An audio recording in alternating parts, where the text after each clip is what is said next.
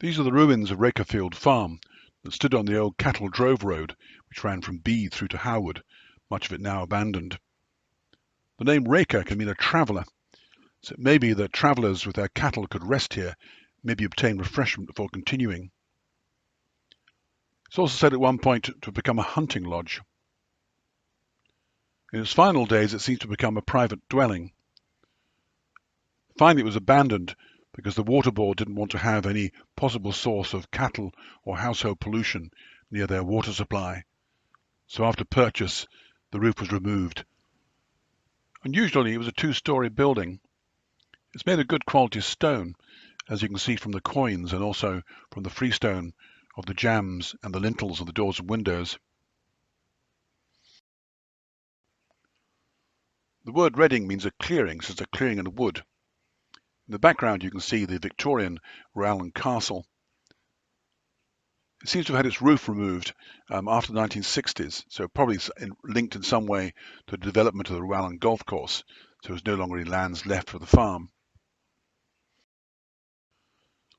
Little Seven Acres Farm, or Little Snakers, was once held by the monks of Kilwinning Abbey. It's probably named after the 7 acres that were associated with the nearby mill. It was once the home of a bonnet laird, that is a minor laird, related to Montgomerys of Eglinton Castle. It's shown as mainly a ruin by 1897. Although now isolated, in 1832 you can see a major road ran here from Eglinton up towards Lyleston. An unusual feature of the area here is the presence of old roundels. These were circular structures with raised banks to keep the cattle out, and so the trees could survive within them. The word snod can mean short, as in short crop grass, but can also mean a loop, and it once lay within a substantial loop of the River Garnock, which was diverted in the 19th century. The farm dated from at least the 1750s and once was a very substantial farm, and the maps show it steadily increasing in size over the years. It seems to have been purchased by Nobel Explosives when they expanded the plant onto the East Garnock side. Templehouse Farm, or Townend of Dunlop Hill to give it its formal name, was for 500 years occupied by the same family, the Gemmels. It had belonged to the Knights Templars, one benefit of which was that there was no taxation on the land. Bonnet lairds again had occupied it, although later on they developed it more wealth, as there was a formal walled garden here. The farm was occupied up until about 1962, and even then there was no electricity or mains water. There's a remarkable story told about the farm. In 1601, a Thomas Cunningham broke in. He'd locked the owner's wife into a large trunk, and Patrick Gemmell, the owner, was hung from some rafters, but he refused to give up any of his silver or his gold. At which point he was released, but marched 20 miles from the site. Eventually Thomas Cunningham was caught and he was hanged. The word Threep means land, the ownership of which is disputed. Midtown and Townend of Threepwood seem to have been a couple of farms involved in what was called a firm toon. That is, a number of farmers would get together to provide enough animals to provide for ploughing and so on, so they worked together mutually. We know that in 1630s, Thomas Fulton lived at Townend. William Anderson farmed Midtown in the 1630s. The area here became highly industrialized. There was a great deal of weaving going on as well as dye works. It seems that the Townend site became a pub. You can still see the beer window. Later on, it seems to have been purchased by the family, the Shedden Patricks of Trearn.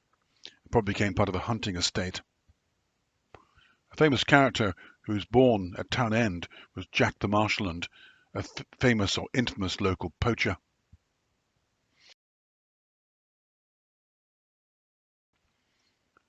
Underhill Farm was exactly that. It lies below Loudon Hill. Fairly substantial ruins still remain. It's probably another one of these victims of agricultural improvements, where small farms were combined into larger farms. But certainly the land here was rather marginal.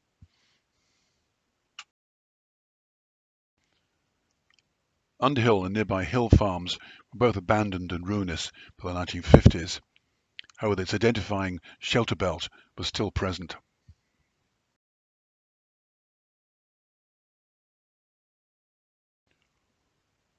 Waterhouse's farm seemed to be still occupied up until the 1960s. It stood near to the Galloway Ford farm, long abandoned.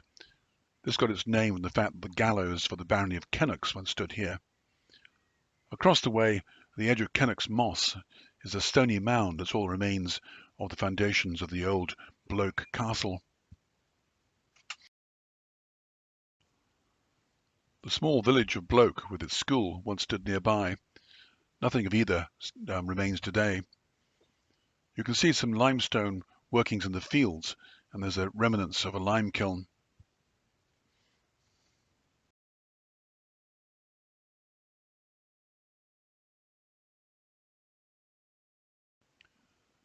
Lee can mean a sheltered place. Whiteley or Whiteley Moor stood near Howard. It was abandoned before even the first Ordnance Survey maps of 1856. Not far from it is Castle Walls, the ancient oppidum or capital of the Damnonii tribe.